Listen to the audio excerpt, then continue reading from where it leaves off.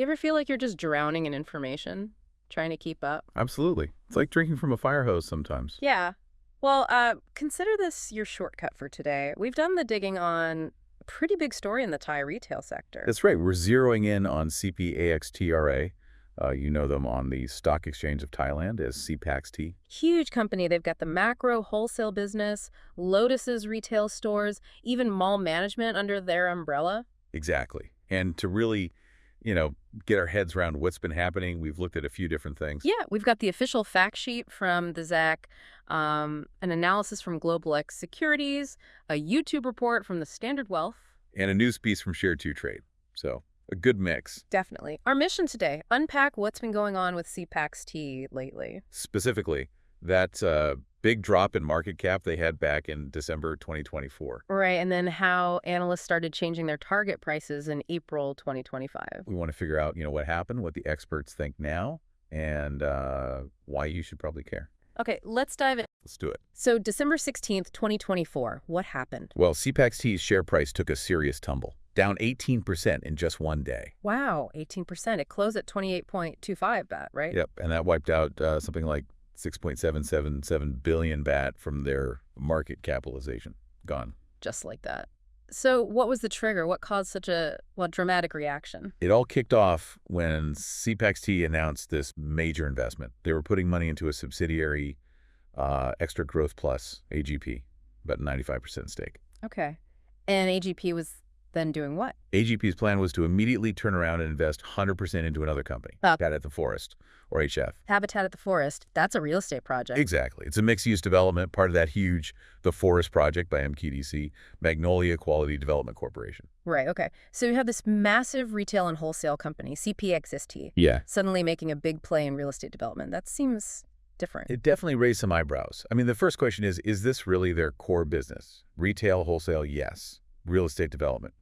And it got more complicated, didn't it? There were concerns about conflicts of interest. Yes, absolutely. That was a big one. You see, the founder of MQDC, Thipaporn Aryawaram, she's the youngest daughter of Dian Cheravanand, the senior chairman of the CP Group. Ah, okay. The family connection. So investors started wondering. Precisely. Was this deal done purely on business merit, or were these family ties playing a role? It touches on that whole issue of related party transactions and corporate governance. Which is always a sensitive topic in the Thai market. Very much so. And it wasn't just the family link. People were also asking questions about MQDC's own financial health. Right. I remember hearing about that. There were reports MQDC had quite a bit of debt. Yeah, the numbers floating around were in the range of 70 to 80 billion baht. Huge figures. So if you're a CPAC investor, you're thinking, hang on, are we indirectly taking on risk here? That was the fear. Investing in a project linked to a developer with that much debt? That makes you nervous. It got serious enough that the AIMC, the Association of Investment Management Companies, planned a meeting, right? They did. Scheduled for December 24th, 2024. The agenda was basically, does this transaction raise red flags for good corporate governance? Now, CPAXT did respond, didn't they? They sent a clarification to the stock exchange. Yes, they pointed out that based on the strict legal definitions, it wasn't technically classified as a related transaction. But legal definitions and investor perception, sometimes they don't quite line up. Exactly. The concerns about the spirit of good governance remained, even if the legal boxes were ticked. Okay, let's bring in some analyst views. That Standard Wealth report you mentioned had some interesting takes. It did. One initial feeling was that the market maybe overreacted a bit, dropping 18%. Yeah. One analyst suggested maybe 6% or 7% would have been more, proportional to the actual news. But they still had questions about the deal itself, right? Even beyond the potential overreaction. Oh, definitely. Analysts were digging into the value proposition. Like, is this real estate investment actually good for CPAXT? What were their specific worries?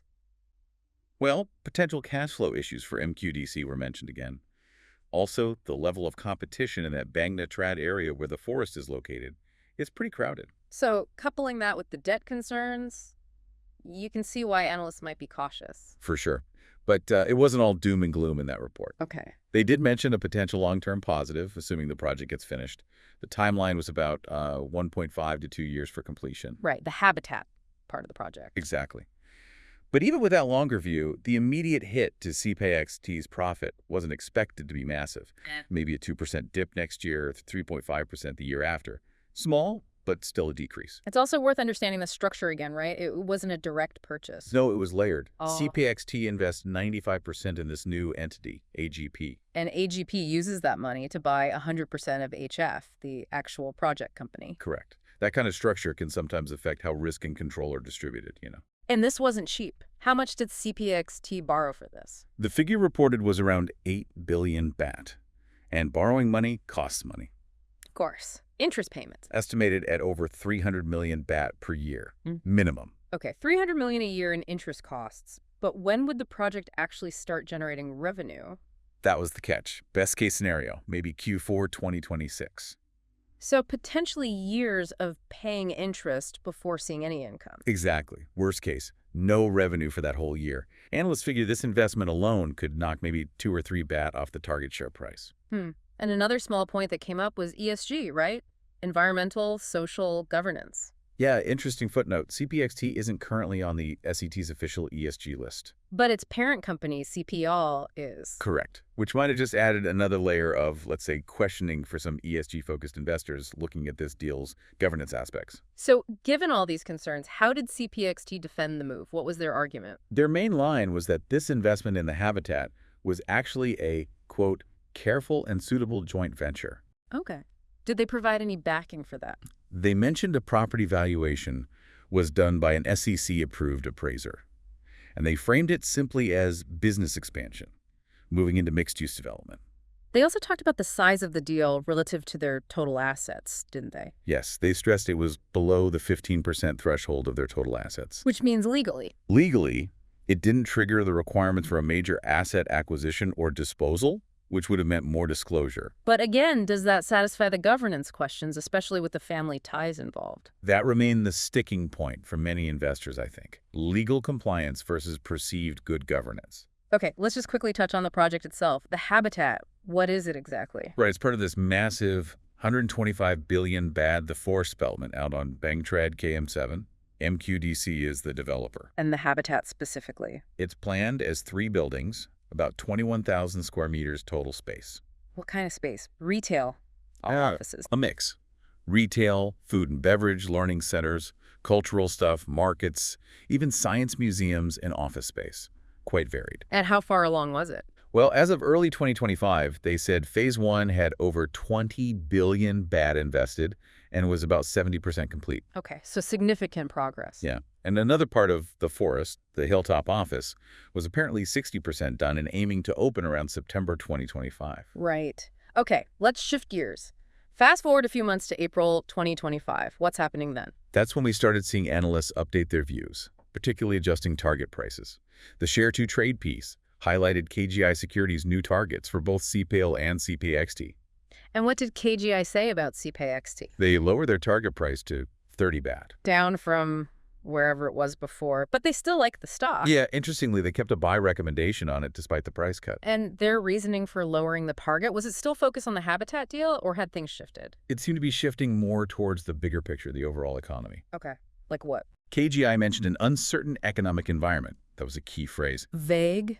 Or did they give specifics? They did. They pointed to the risk of fewer foreign tourists coming in than expected. Ah, tourism. Always crucial for Thailand. Exactly. Q1 2025 arrivals were about 9.5 million, which is only, a quarter of the way to the full year estimate of 38 million. So maybe a slower pace than hoped. Any other macro risks? Yeah, potential downside risk to Thailand's GDP if the U.S. were to slap on import tariffs. Right. Trade tensions, did they quantify that risk? They actually revised down their forecast for Thailand's GDP growth for the year, from 2.6% down to maybe 2.0% to 2.3%. And that revision was linked to potential U.S. tariffs. Directly linked, yeah.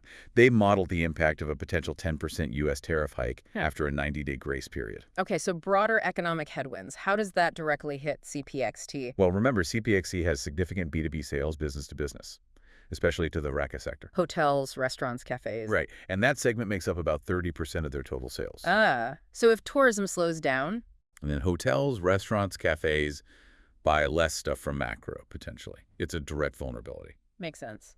So did KGI adjust their earnings forecasts for CPAXT based on this? They did. They trimmed their 2025 earnings forecast by 4% and the 2026 forecast by 5%. And what drove those cuts? Lower sales? Partly lower same-store sales growth, or SSSG, yes, that's the growth in existing stores, Okay. but also tighter gross profit margins in the retail part of the business. Why were margins shrinking? Partly because they were running marketing campaigns to try and boost overall sales, which can cut into margins. Anything else? Yeah, they also noted declining rental income from the mall side of the business. Was that because vacancy rates were high? Stores closing? Actually, no. Occupancy was still pretty decent, around 92-93% in Q1 2025. So why did rental income, it was down 2% year on year and 5% from the previous quarter, right? Yeah. To 3.3 billion baht. The issue was lower average rental fees. As tenants turned over, they had to negotiate new leases, likely at slightly lower rates in the current environment. Gotcha. Okay, so KGI sees these headwinds, cuts earnings forecasts. How did that translate into valuation? Did they change the PE multiple? They did. They derated CPAXT a bit, lowering the PE ratio they applied from 28 times earnings down to 26 times. So valuing it a bit less richly because of the uncertainty? Exactly. But interestingly, they still kept it at a premium compared to CPAL and Central Retail's food segment, which were both around 22 times PE. Why the premium for CPAXT then? KGI's thinking was that macro, the wholesale side, is high-volume, value-focused. Yeah. That could actually be appealing in a weaker economy when people are watching their spending. The trade-down effect potentially benefits wholesale. Could be. Plus, they still see potential long-term benefits, those synergies, from merging macro and Lotus's eventually. Okay. What about the very near term? KGI's expectations for Q1 2025 earnings. They were forecasting net profit around 2.7 billion baht. That would be up 9% from Q1 last year, Okay. but down 32% for the previous quarter, Q4 2024. Yeah. But that drop is mostly just seasonality and retail. Right. Q4 is usually strong with holidays. What about revenue? Around 127 billion baht, up 5% year on year, but pretty much flat compared to Q4. And sales growth within the stores. They expected positive SSSG for both macro and Lotus's. Any other Q1 highlights from KGI? They thought the gross profit margin would improve slightly to 14.1%, helped by product mix, like focusing on fresh food and pushing private label brands. But operating costs may be going up too? Yeah, they expected wholesale operating expenses to rise a bit, linked to growing their omni-channel efforts. SG&A to sales projected at 10.1%. Okay, that's KGI in April. Now let's move to May 2025 and bring in Globlex Securities. What was their view? Globlex came out on May 9th. They kept a hold recommendation on CPXT. Hold, okay. Not a buy like KGI. Did they also adjust the target price? Yes, they lowered theirs too, down to 27.50 baht per share.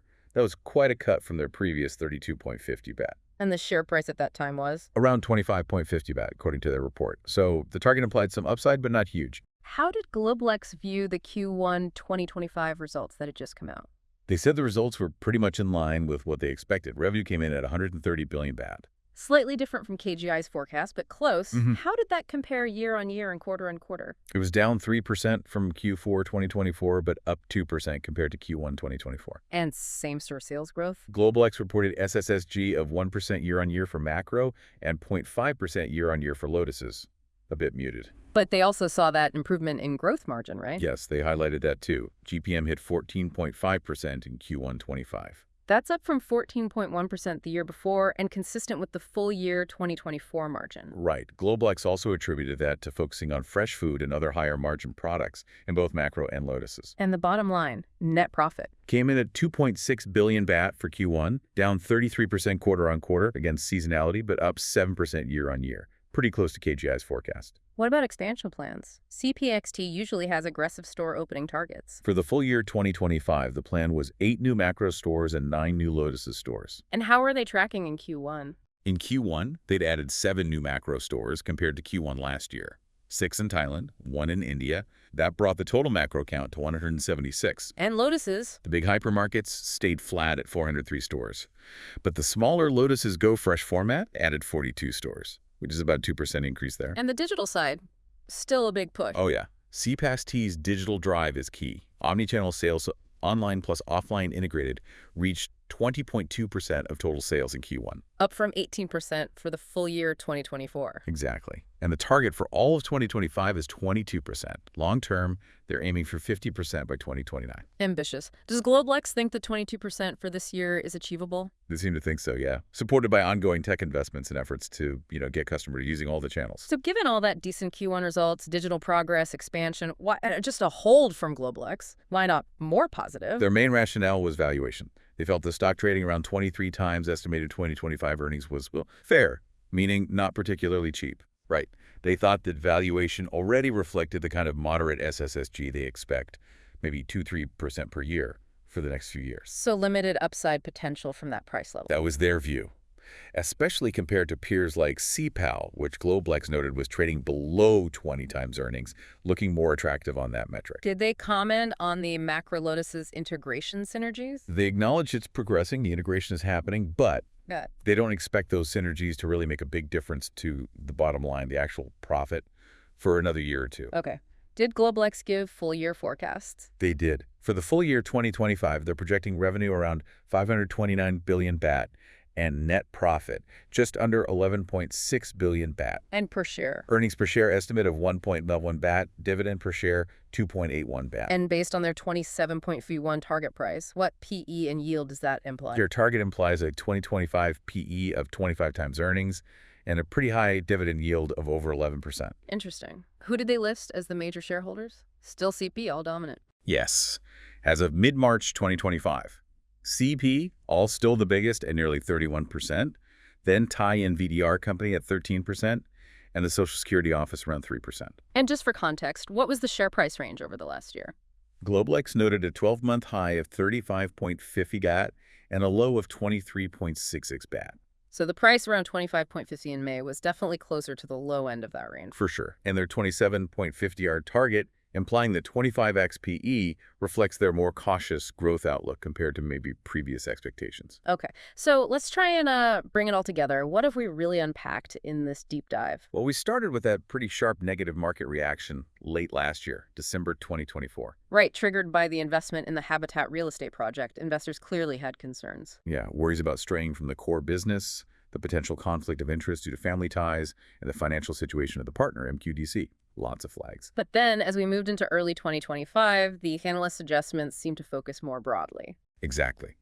While the Habitat deal was the initial spark, the target price revisions in April and May from KGI and Globelex seemed much more driven by macroeconomic factors. Like the uncertain economic outlook, worries about tourism numbers, potential U.S. tariffs, things affecting the whole retail sector, not just CPXT's specific deal. Precisely.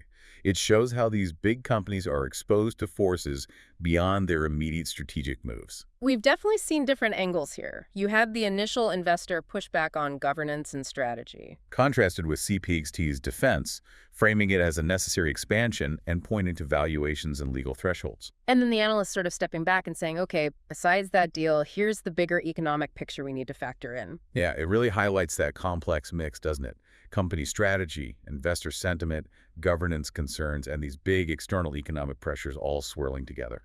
So you came here looking for a clearer picture on CPXT without getting lost in the noise, and hopefully this walkthrough helped. We saw the market's immediate verdict on the real estate move was pretty harsh.